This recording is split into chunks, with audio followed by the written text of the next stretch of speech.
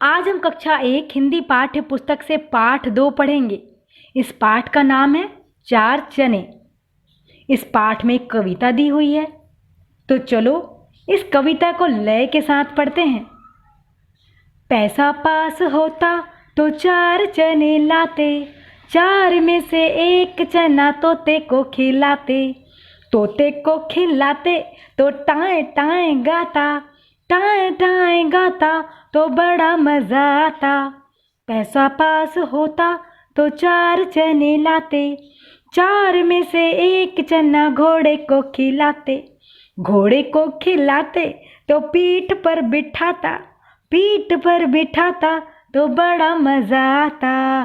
पैसा पास होता तो चार चने लाते, चार में से एक चना चूहे को खिलाते, चूहे को खिलाते तो दांत टूट जाता, दांत टूट जाता तो बड़ा मजा आता।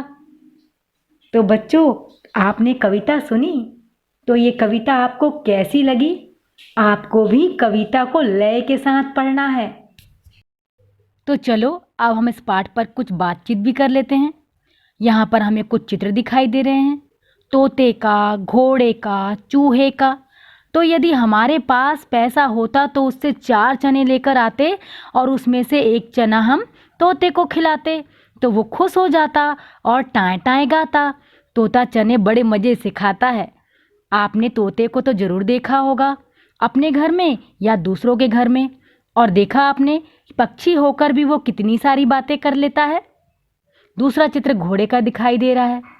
यदि हमारे पास पैसा होता तो उससे चार चने लेके आते और उसमें से एक चना हम घोड़े को खिलाते, तो वो खुश होकर हमको अपनी पीठ पर बैठा लेता, तो हमको बहुत मज़ा आता। आपने घोड़े की सवारी तो की ही होगी, या यदि नहीं की होगी तो टांगे पर तो आप ज़रूर बैठे होंगे। तो बच्चों, अब हमारे को आगे चित्र दिखाई दे रहा है चूहे का। यदि हमारे पास पैसा होता तो उससे चार चने लेकर आते और उसमें से एक चना हम चूहे को खिला देते, तो उसका दांत टूट जाता, तो हमको बहुत मज़ा आता। क्यों मज़ा आता? क्योंकि वो छोटा सा होकर भी अपने दांतों से बहुत सारे नुकसान करता है। कपड़े कुतर देता है, हमारी पुस्तकें, कॉपियाँ कुतर देता है।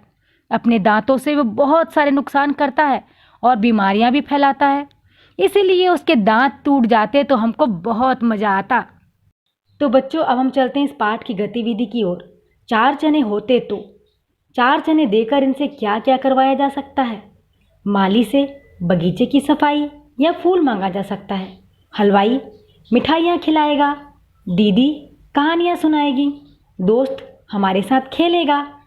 अब प्रश्न है, किसने खाया? चार चने में से, जो हमारे पास चार चने थे ना, तो उस चार चने में से एक चना तोते को खिलाया, दूसरा चना घोड़े को खिलाया, तीसरा चना चूहे को खिलाया। एक चना बच गया, उसे किसे खिलाओगे? आप खुद खाओगे कि दूसरों को खिलाओगे? बच्चों, ये आपको स्वयं लिखना है। अब ये पाठ आपका यहाँ पर समाप्त होता है।